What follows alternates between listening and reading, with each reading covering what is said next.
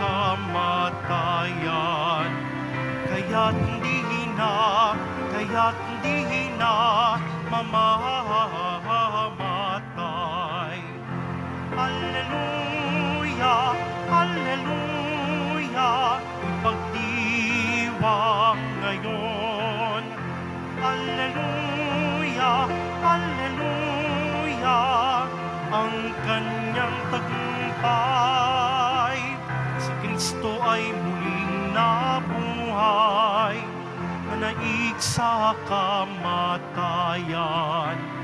Kaya't hindi na mamamatay. Sa ngalan ng Ama at ng Anak at ng Espiritu Santo, ang pagpapala at kapayapaan mula sa Diyos na Ama natin at sa Panginoong Hesukristo naway sumainyo. Mga kapatid, tinipon tayo bilang kaanib ng angkan ng Diyos, kaya dumulog tayo sa maawaing Panginoong nagpapatawad ng lubos. Sinugong tagapagpagaling sa mga nagsisisi, Panginoon, kaawaan mo kami. Dumating na tagapag-anyayang mga makasalanan ay magsisi, Kristo, kaawaan mo kami. Nakaluklok ka sa kanan ng Diyos Ama para ipamagitan kami. Panginoon, kaawaan mo kami. Kaawaan tayo ng makapangyarihang Diyos, patawarin tayo sa ating mga kasalanan at patnubayan tayo sa buhay na walang hanggan. Manalangin tayo. Ama naming makapangyarihan, ang aming kalooban ay lagi mong hubugin sa pagganap ng mga mabubuting gawain upang sa aming pagpupunyaging kamtin ang iyong bigay, mapagsikapan naming sapitin ang pagkabuhay kailanman sa pamamagitan ni Jesucristo kasama ng Espiritu Santo magpasawalang hanggan.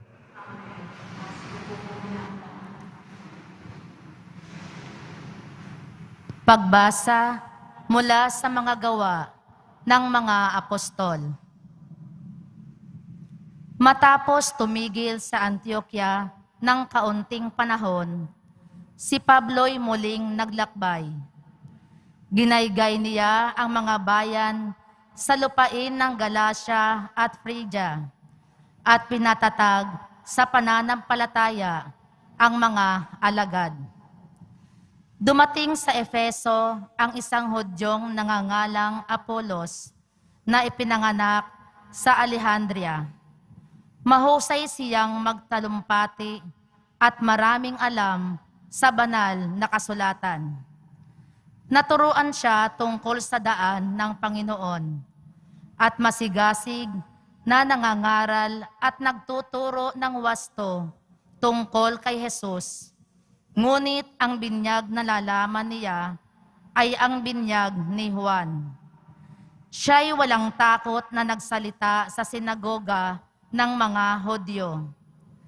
Narinig ng mag-asawang Aquila at Priscilla ang pagpapaliwanag ni Apolos, kaya't isinama nila ito sa bahay nila at dooy ipinaliwanag na mabuti ang mga bagay na hindi pa niya alam tungkol sa daan ng Diyos. At nang ipinasya niyang tumawid sa Akaya, pinalakas ng mga kapatid ang kanyang loob. Sumulat sila sa mga kapatid doon na malugod nilang tanggapin si Apolos. Pagdating doon, malaki ang naitulong niya sa mga nanampalataya sa pamamagitan ng kagandahang loob ng Diyos. Sapagkat walang magawa sa kanya ang mga Hudyo sa hayagang pagtatalo, at mula sa mga kasulatan ay pinatunayan niyang si Jesus ang Kristo. Ang salita ng Diyos. Hari ng sangkalupaan, Diyos na makapangyarihan. Magdiwang ang lahat ng mga nilikha. Pumalakpak kayong may awit at tuwa. Bilang pagpupuri sa Diyos na dakila, ang Diyos na poon, kataas-taasan, ay dakilang haring dapat katakutan. Siya'y nagahari sa sangkatauhan.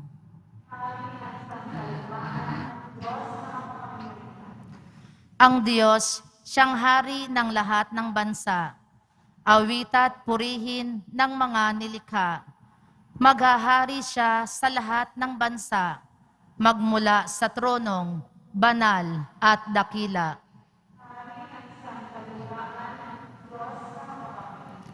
Sa mga hinirang ng Diyos ni Abraham, sasama ang madlang mga pamunuan ng lahat ng bansa sa sandaigdigan, ang mga sandata ng lahat ng kawal, lahat ay sa Diyos na hari ng tanan.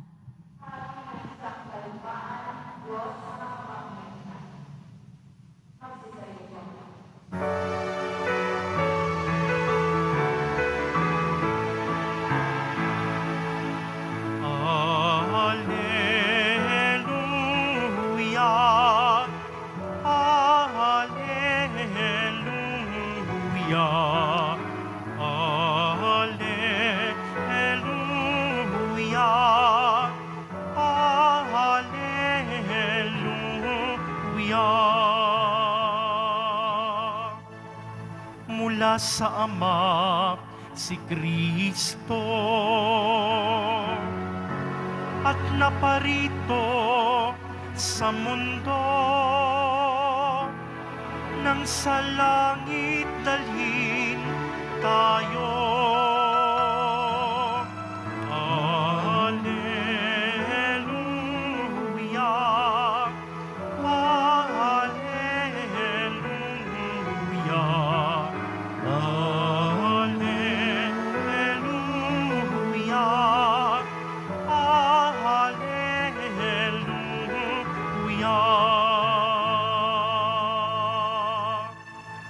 Sumainyo ang Panginoon. Ang mabuting balita ng Panginoon ayon kay San Juan. Noong panahong iyon, sinabi ni Jesus sa kanyang mga alagad, "Tandaan ninyo, anumang hingin ninyo sa Ama sa aking pangalan, ay ibibigay niya sa inyo. Hanggang ngayon, wala pa kayong hinihingi sa Kanya sa pangalan ko. Humingi kayo at kayo'y tatanggap upang malubos ang inyong kagalakan. Ang mga ito'y sinabi ko sa inyo ng patalinghaga. Subalit darating ang panahon na hindi na ako magsasalita sa inyo ng gayon.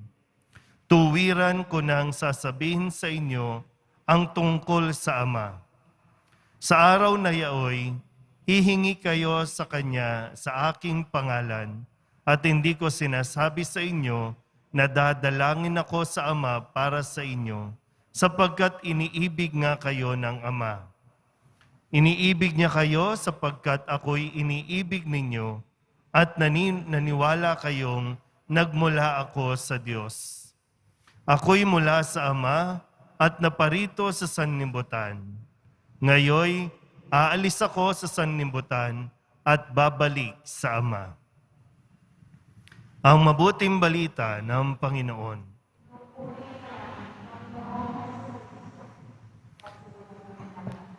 Isang magandang araw po sa inyong lahat. Sa huling araw na ito ng ika-6 na linggo ng Pasko ng Pagkabuhay, at bago po natin ipagdiwang bukas ang dakilang kapistahan ng pag-akyat ni Jesus sa langit, ating pong balikan ang lahat ng mga habilin at mensahe ng Poong Jesus Nazareno sa buong linggong ito. Nung Lunes, sinabi ni Jesus sa atin, "Sinasabi ko ito sa inyo upang huwag kayong mawalan ng pananalig sa akin. Aalis si Kristo. Pero alam naman natin at patuloy niyang pinapaalala na hindi siya basta aalis o hindi tayo iiwan ng ganon-ganon na lang. Ang kanyang pag-alis ay para sa ikabubuti natin. Kaya noong Martes, ang sabi ni Kristo, ngunit dapat ninyong malaman ang katotohanan. Ang pag-alis ko'y sa ikabubuti ninyo, sapagkat hindi paparito sa inyo ang patnubay kung hindi ako aalis. Nung Miyerkules, ang sabi ni Kristo, marami pa akong sasabihin sa iyo, ngunit hindi pa ninyo kayang unawain ngayon. Normally, gano'n naman, no? Pag may umaalis, mayroong naiiwan, hindi pa lubos na naintindihan, dala ng bugso ng damdamin, magkakahalong lungkot, o kung anumang mga nararamdaman natin. Kaya laging nandoon yung pagkakataon na hindi natin maintindihan kung bakit kailangan mangyari ang mga bagay na ito. Kung bakit kailangan may umalis, kung bakit kailangan may maiwan. Noong Huwebes, ang sabi naman ni Kristo, kaunting panahon na lamang at hindi na ninyo ako makikita. At pagkaraan ng kaunting panahon pa, ako'y inyong makikita uli. Kahapon, Biyernes, ang sabi ni Kristo, natitigib kayo ng kalungkutan, subalit ito'y magiging kagalakan. Sarap po na mapakinggan yung mensahe na nagpupush sa atin, no, na magpatuloy, na yung anumang mga hirap ngayon, mapapalitan na yan ng kaginawahan. Anumang lungkot na nararamdaman mo ngayon, magiging masaya na rin yan. Magiging okay rin tayo. Kaya nga ngayon, sa araw na ito, sabi ni Kristo, tandaan ninyo, anumang hingin ninyo sa Ama, sa aking pangalan, ay ibibigay sa inyo. Ito ay pangako ni Jesus, pangako na bago siya umakyat sa langit, ito yung iniiwan niya para sa atin. Ano man ang hingin natin sa kanyang pangalan ay ipagkakaloob ng Ama. Pero kailangan mas maging malinaw, no? Na baka marami sa atin ang nagdadasal ngayon, marami kang hinihingi, pero sabi mo, bakit hindi ibinibigay? Kaya sabi ni Kristo, ano man ang hingin nyo sa aking pangalan, ipagkakaloob sa inyo ng Ama. Tingnan natin, kinikilala mo ba si Kristo bilang anak ng Diyos? Nananalig ka ba kay Kristo bilang anak ng Diyos? O kapag meron lang tayong hihingiin, saka lang tayo magsasabing nananalig tayo sa Kanya. Kapag may gusto lang tayo, saka lang tayo lalapit sa Kanya. Tandaan niyo po, ang mga alagad, kasama ni Jesus. Tinuruan ni Jesus, tinanggap si Jesus ng mga ito. At sa kanila pong pagsunod kay Kristo, marami silang pagdaraan ng hirap. Pero ito po yung sinasabi ni Kristo sa kanila para mas maging matatag sa anumang hamon ng buhay, sa anumang paghihirap na pagdaraanan sa pagganap ng misyon, hindi sila bibiguin ng Diyos. Sana po, no, itingnan din natin, no? Madalas tayong magtampo sa Diyos kapag nagdarasal tayo at sa tingin natin hindi ibinibigay ng Diyos. Kasi malinaw pa rin na kung para sa ikabubuti natin, ibibigay niya. Kung hindi, at para sa ikapapahamak natin, hindi niya to ipagkakaloob sa atin. Diyos pa rin ang magdedesisyon kung ano ang nararapat sa atin. Pero pwede natin panghawakan kung talagang karapat-dapat tayo, kung talagang nananatili tayong nananalig kay Kristo, ano man ang hingin natin sa Kanyang pangalan, ipagkakaloob niya ito. Amen.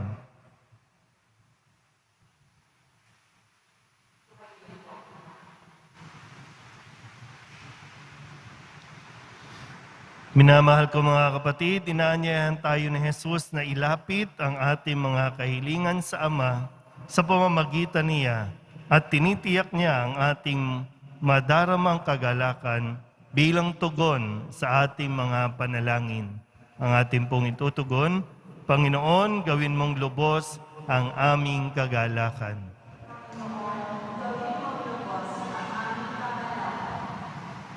Ang mga pinuno ng simbahan sa pamamagitan ng kanilang pangangaral at patnubay, naway umakay sa atin sa kaluwalhatian ng ating tahanan sa langit.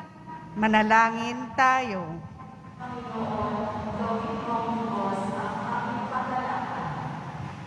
Ang mga nanunungkulan sa pamahalaan, naway pagkalooban ng biyayang makapaglingkod ng may katapatan at dangal. Manalangin tayo.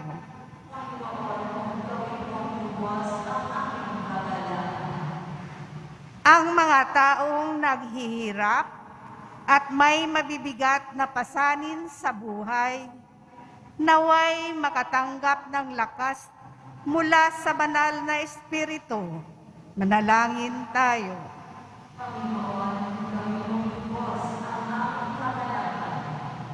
Ang mga may sakit, naway makatanggap ng ginhawa at pagpapalakas ng loob mula sa kanilang mga mahal sa buhay. Manalangin tayo.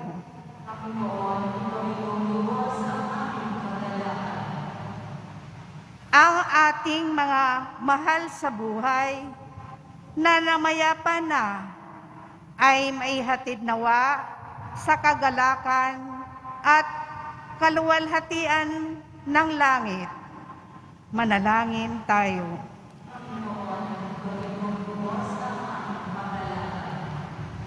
Idulog din natin sa Panginoon ang ating mga personal na kahilingan at mga panalangin para sa ating mga pamilya.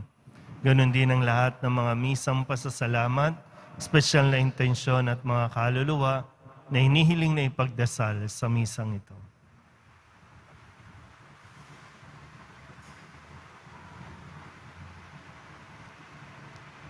Ang lahat ng ito hinihiling namin sa ngalan ni Kristong aming Panginoon.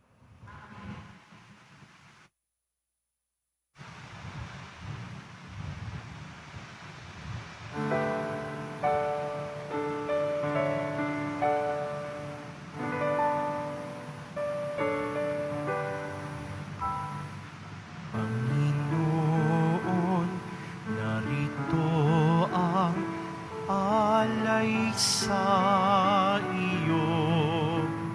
Nagmula sa iyong bayang masayang nagsalo. Amin sanang mga alay, gawin mong totoo. Itong alak at tinapay gawing dugot katawan mo. Manalangin kayo mga kapatid upang paghahain natin ay kalugdan ng Diyos Amang makapangyarihan.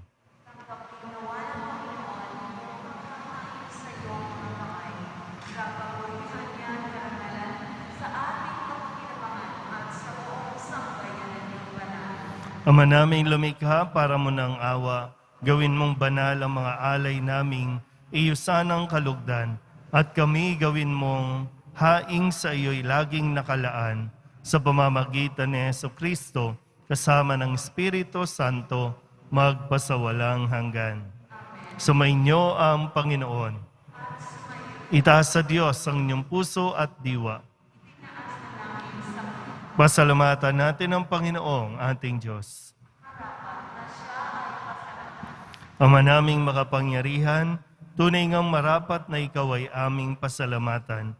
Ngayong ipinagdiriwang ang paghahain ng Mesiyas, ang maamong tupa na tumubos sa aming lahat. Ang katawan ng anak mong sa krus na bayubay ay handog ng pag-ibig na walang kapantay. Ito ang paghahaing ganap mong kinalugdan. Ito ang nilunggati ng dating pag-aalay. Ang buong sarili ng anak mong si Jesus ay inihain sa iyo upang kami matubos. Siya ang dambana at paring naghahandog. Siya pa rin ang tupang handog na ibinukod. Kaya kaysa ng mga anghel na nagsisiawit ng papuri sa iyo, nang walang humpay sa kalangitan, kami nagbubunyi sa iyong kadakilaan.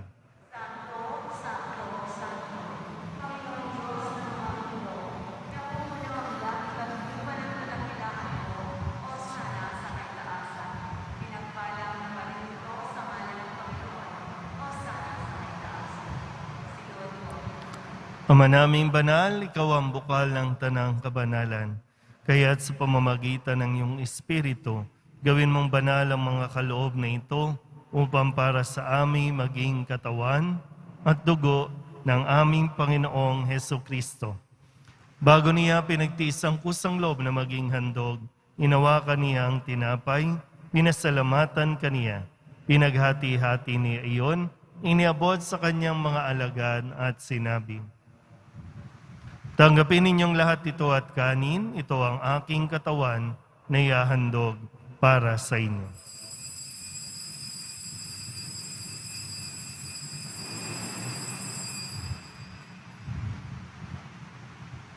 Gayun din naman ang matapos ang hapunan, hinawakan niya ang kalis, muli kaniyang pinasalamatan. Iniabot niya ang kalis sa kanyang mga alagad at sinabi, "Tanggapin ninyong lahat ito at inumin. Ito ang kalis ng aking dugo, ng bago at walang hanggan tipan. Ang aking dugo na ibubuhos para sa inyo at para sa lahat sa pagpapatawad ng mga kasalanan. Gawin ninyo ito sa pag-alaala sa akin."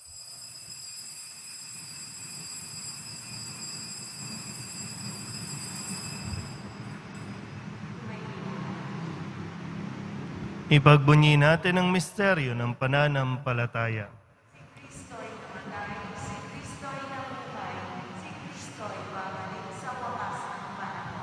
Ama, ginagawa namin ngayon ang pag-alaala sa pagkamatay at muling pagkabuhay ng iyong anak, kaya tiniaalay namin sa iyo ang tinapay na nagbibigay buhay at ang kalis na nagkakaloob ng kaligtasan. Kami nagpapasalamat dahil kami iyong minarapat na tumayo sa harap mo para maglingkod sa iyo. Isinasamo namin kami magsasalo-salo sa katawan at dugo ni Kristo ay mabuklod sa pagkakaisa sa pamamagitan ng Espiritu Santo. Ama, lingapin mo ang iyong simbahang laganap sa buong daigdig. Puspusin mo kami sa pag-ibig kay San Francisco na aming Papa at ni Jose na aming Obispo at ng Tanang Kaparian. Alalahanin mo rin ang mga kapatid naming nahimlay na may pag-asang sila'y muling mabubuhay, gayon din ang lahat ng mga pumanaw. Kawaan mo sila at patuloyin sa iyong kaliwanagan. Kawaan mo at pagindapatin kaming lahat na makasalo sa iyong buhay na walang wakas. Kaysa ng mahal na Birhen Maria na Ina ng Diyos, ng kabiyak ng puso niyang sa San Jose. Kaysa ng mga apostol at ng lahat ng mga banal, na namuhay dito sa daigdig ng kalugod-lugod sa iyo. May pagdiwang nawa namin ang papupuri sa ikararangal mo sa pamamagitan ng iyong anak na aming Panginoong Hesukristo. Sa pamamagitan ni Kristo, kasama niya at sa Kanya, ang lahat ng parangal at papuri ay sa iyo, Diyos Amang makapangyarihan, kasama ng Espiritu Santo, magpasawalang hanggan.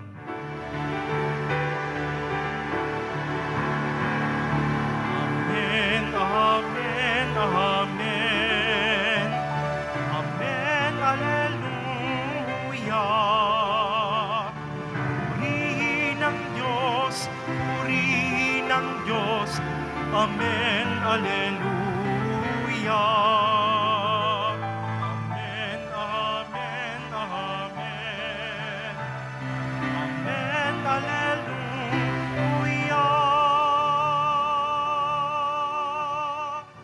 Buong kababaang loob tayong tumawag sa ating Panginoon ng Ama namin. Ama namin,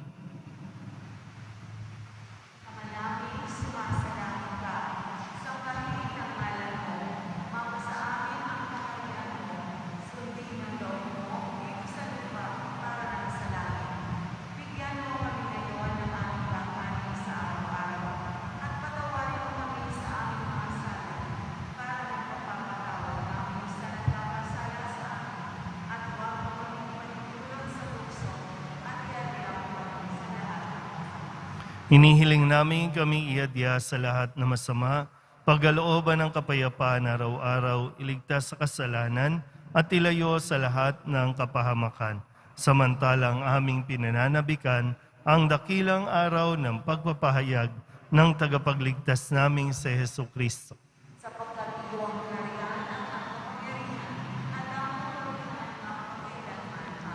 Panginoong Hesu Kristo, sinabi mo sa iyong mga apostol, kapayapaan ang iniiwan ko sa inyo, aking kapayapaan ang binibigay ko sa inyo.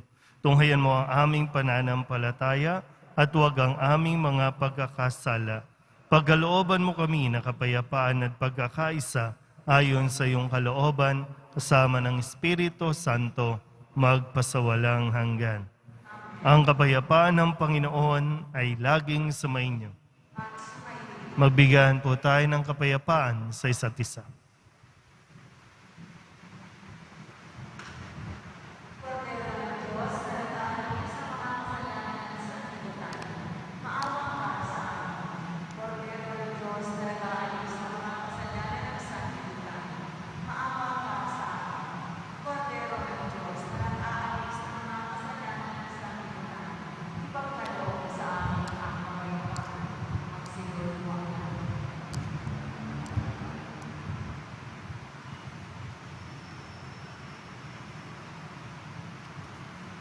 Ito ang kordero ng Diyos.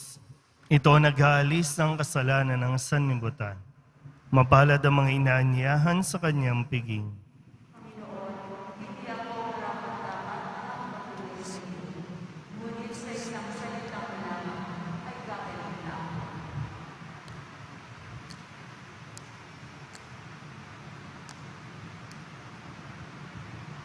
Katawan ni Kristo.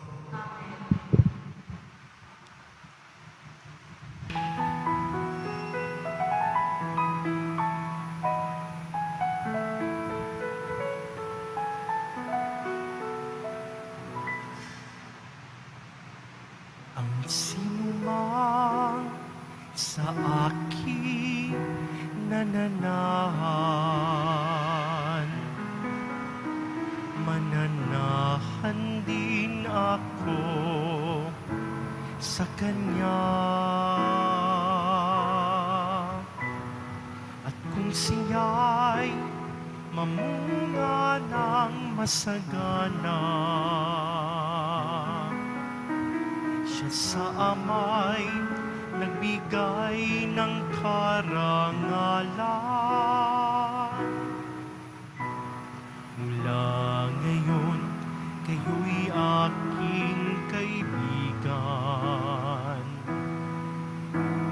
Hinango sa dilim at kababaan,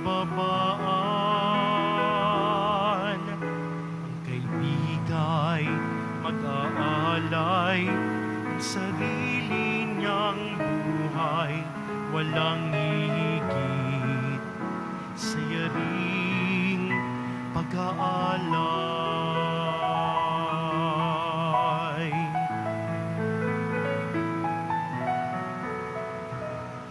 Kung paanong mahal ako ng aking Ama, sa inyo'y aking ibig na darama. Sa pag-ibig ko, kayo sana ay manahan. At piling ko na kayo ay magmahalan. Mula ngayon, kayo'y aking kaibigan. Hinango sa dilim at kababaan. Ang kaibigay mag-aalay ng sarili niyang buhay, walang higit sa yaring pag-aalay.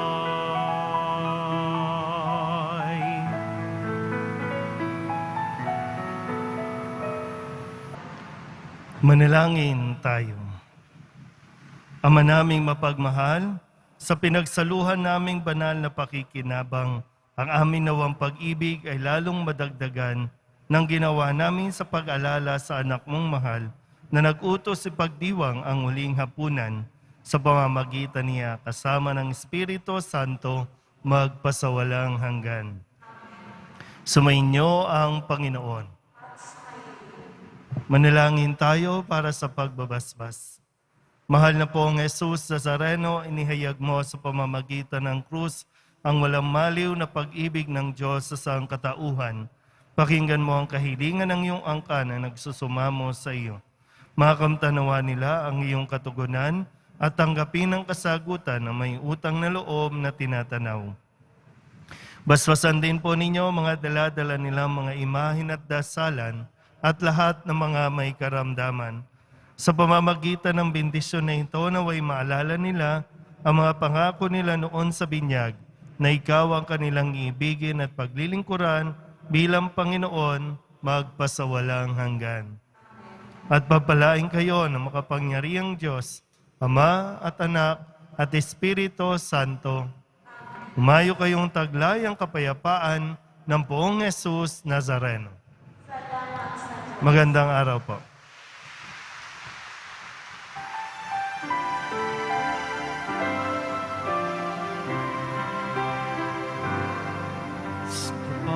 Padre Jesus Nazareno, sinasamba ka namin. Pinipintuho ka namin. Aral mo ang aming buhay at kaligtasan. Nuestro Padre Jesus Nazareno, iligtas mo kami sa kasalanan. Ang krus mong kinamatayan ay sagisag ng